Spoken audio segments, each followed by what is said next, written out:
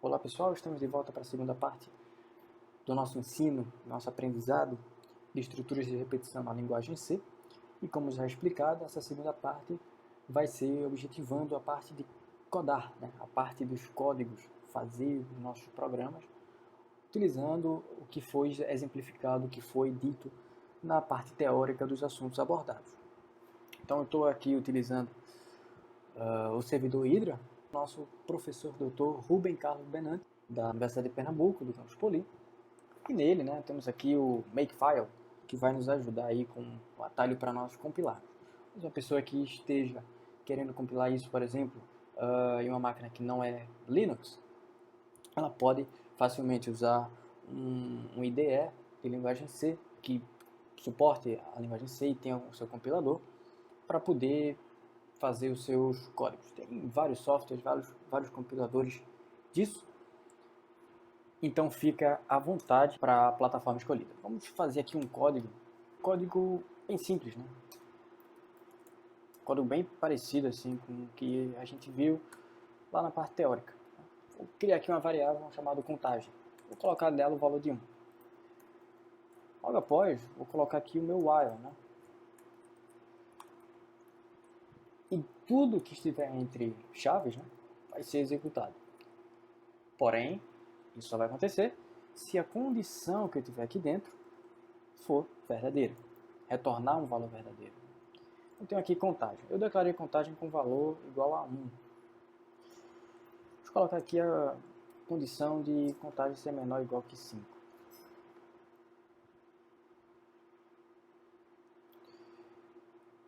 Isso acontecendo, eu falei na aula passada que precisamos declarar uma variável de valor finito.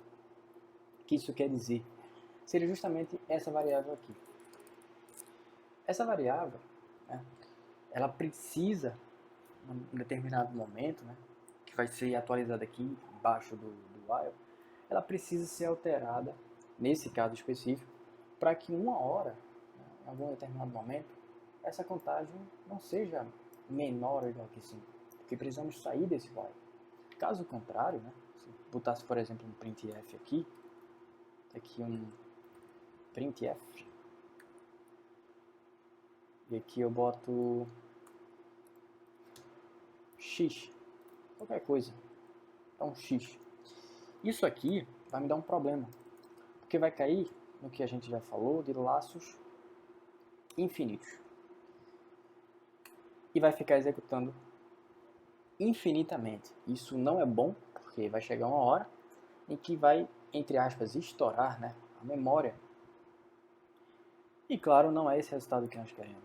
Nós queremos aqui um erro de laço infinito, de forma indesejada. Nós não quisemos que isso acontecesse. Isso é um problema não de sintaxe, não de, né, é um problema de lógica de programação realmente. Então o que nós precisamos? Precisamos de um contador aqui embaixo. Contagem, ela seja aumentada em 1. Por que isso vai acontecer? Isso vai solucionar o meu problema. Porque se eu compilar e executar, você viu que o x foi escrito 5 vezes. 1, 2, 3, 4, 5 vezes. Isso resolveu o meu problema. Por quê? Eu limitei esse laço para que ele não ficasse infinito. Isso é algo simples, é algo que a gente já viu, eu só estou retomando. Vamos criar um código aqui que trabalhe um pouco aí com essa parte de aritmética. Vou criar uma variável tipo float, colocar aqui ela como valor, e soma. Como é um número decimal, né, tipo float, uma variável do tipo float, vou colocar 0.0. Aqui embaixo, vou colocar, digite o número. Já vou explicar isso.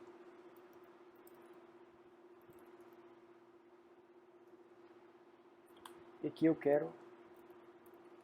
printei na tela do usuário um pedido, e agora eu quero que o usuário me retorne algo. Ele vai me retornar um valor decimal e vai armazenar na variável que eu criei, chamada valor, né? Então, basicamente, ele faz um pedido, né? Digita o número, o usuário vai lá, digita e ele armazena isso na variável valor. Por que eu criei essa variável? Porque eu também criei a variável soma. Eu vou dizer que soma mais igual a valor. Se mais igual aqui, seria a mesma coisa de eu falar igual a soma mais valor. Vou botar aqui mais igual a valor. A contagem ele vai aumentar 1 para evitar que esse laço infinito continue. E aqui eu tenho um printf.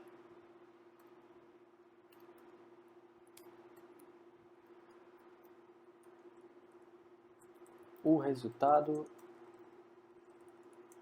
da soma é %.2f. Que seria esse .2f? É justamente para limitar a quantidade de casas decimais para 2. Aqui eu tenho soma. Ok. Se eu compilar isso daqui, sem nenhum erro, vou ver que aquele porcentagem D era para justamente isso. O primeiro laço está sendo executado, ou seja, o laço está sendo executado pela primeira vez. Digita o primeiro número, vou digitar 10. O segundo, está executando pela segunda vez, vou colocar 20, 30, 40, 50. O resultado da soma é 150. Então, ele, em cada laço ele armazenou o valor e no final ele somou tudo. Aqui, claro, faltava uma barra N.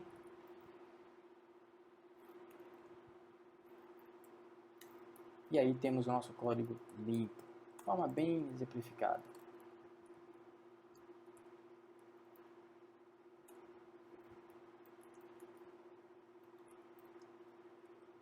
E aí temos o resultado.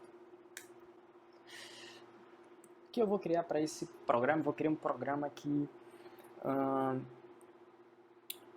um determinado usuário precise comprar uma bicicleta, pode ser qualquer coisa, né? Vamos pensar assim, uma bicicleta. E eu preciso que essa bicicleta tenha um valor fixo e cada mês eu vou receber uma mesada. E quantos meses há para eu, com a minha mesada mensal fixa, eu poder comprar um produto com valor fixo também. Tudo isso usando o while, né? Vou colocar aqui o meu while. Vamos trabalhar com ele mais à frente. Antes, eu preciso declarar minhas variáveis, né? Vou declarar a variável mesada e os meses que eu quero saber. Tudo isso igual a 0. O tipo inteiro. Vou criar também uma variável chamada valor, que vai conter o valor da bicicleta. No meu laço while, vou dizer que a minha condição vai ser que a mesada, claro, ela tem que ser menor que 1.200. O valor da minha bicicleta é 1.200. Então preciso que cada mês eu receba a minha mesada até que o valor de 1.200 seja alcançado. E aí, obviamente, eu teria a minha possibilidade de comprar essa bicicleta. Mais à frente vai ficando mais simplificado. Essa minha mesada vai ser sempre acrescentada em 135, para dizer que eu tenho uma mesada. Lembrando, isso aqui é a mesma coisa de mesada mais 135. Né?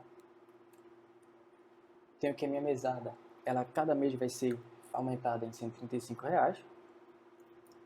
E os meses, claro, vão ser aumentados em 1. A cada mês a mesada aumenta 135 e o número de meses vai ser acrescentado em 1 cada vez que um mês é passado.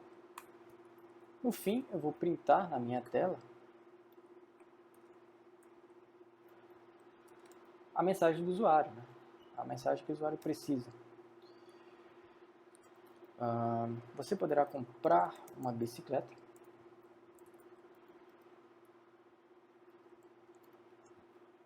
vou utilizar aquele mesmo artifício, né, que eu usei no código passado, em pelo menos meses.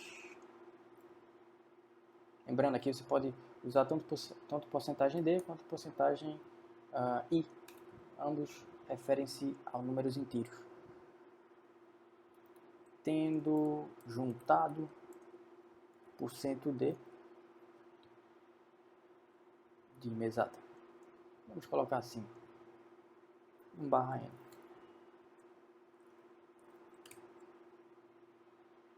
Valor, meses, mesada. Vou colocar um printf aqui para mostrar cada passo.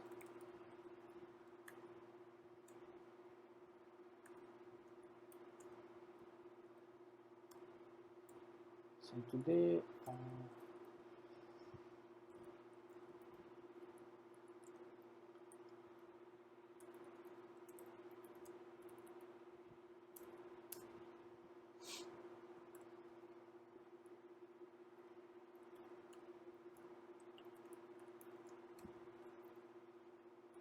barra N compilar, eu vou ter cada passo, né? Então, no primeiro mês eu vou ter 135, no mês 270, 405, até o valor, né? Até aquela minha condição que eu coloquei resultar falso, que aí o resultado já vai ter sido adquirido e aí eu dou print com todas as minhas informações. Ok, pessoal? Então fique agora aí com um exemplo prático do while, também em código, para ficar mais fácil o entendimento dessa importante estrutura de repetição na linguagem C. Bom, passando para a parte mais prática, que seria do exemplo, eu trouxe dois ciclos. Eu trouxe o ciclo do while e o ciclo while, para a gente ver a diferença de como eles acontecem. Bom, aqui eu tenho o ciclo do, eu tenho as duas chaves, e aqui eu vou ter o meu bloco de código, a minha ação. O que eu vou fazer nesse código? Eu quero que, enquanto i seja menor que 0, eu fique adicionando 1 ao nosso i. Eu inicializei o i como 0, e isso no ciclo do while. E aqui eu vou não esquecer do ponto e vírgula no final. No meu ciclo while, eu vou usar o j para ser uma variável diferente, e eu vou ter o mesmo raciocínio. Enquanto o j for menor que 0, eu vou adicionando 1 ao meu j. Bom, tecnicamente é de se esperar que o resultado seja o mesmo, mas... Bom, voltando. Quando a gente roda, a gente pode perceber que no ciclo do while, o i ele vai ser igual a 1 e o j vai ser igual a 0. Isso por quê? Porque como o ciclo do, primeiro acontece a ação de ser adicionado 1 a ele, e depois ele vai conferir se essa condição foi atendida, primeiro vai ser adicionado 1 e por isso o nosso i ele vai passar a ser 1. No ciclo while não, ele primeiro confere se é menor que 0 para depois ver se é adicionado. Agora veremos dois exemplos práticos de como funciona a estrutura de repetição for. Então teremos nosso include stdio.h, nosso int main com return 0. Vamos inicialmente declarar nossa variável int, com inteiro i. Teremos a nossa estrutura for, valor inicial de i igual a 1, i tem que ser menor que 11, nossa condição final de término de loop, e nosso incremento, i++. Eu quero todo loop que ele fizer, ele dê um print no valor de i. Então, toda vez que a condição for verdadeira, ele vai imprimir o valor de i. Então, vamos compilar. gcc exemplo.c -o para mudar o nome do 1.x.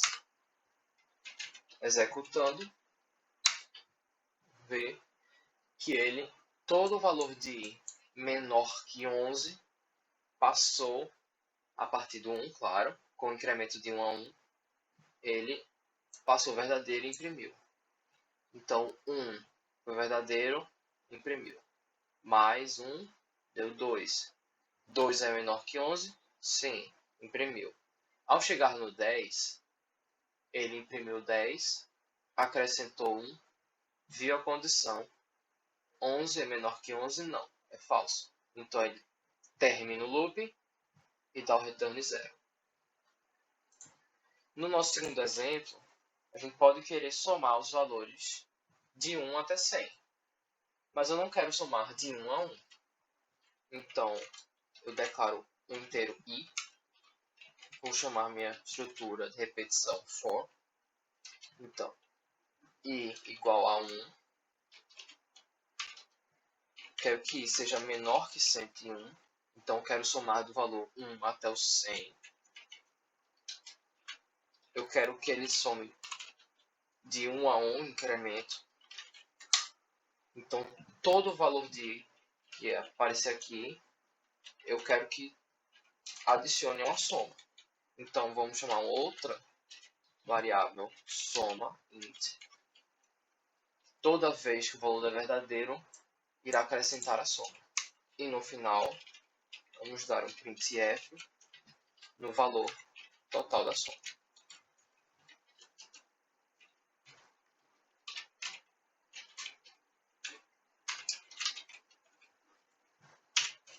Então, gcc exemplo 2 .c menos exemplo 2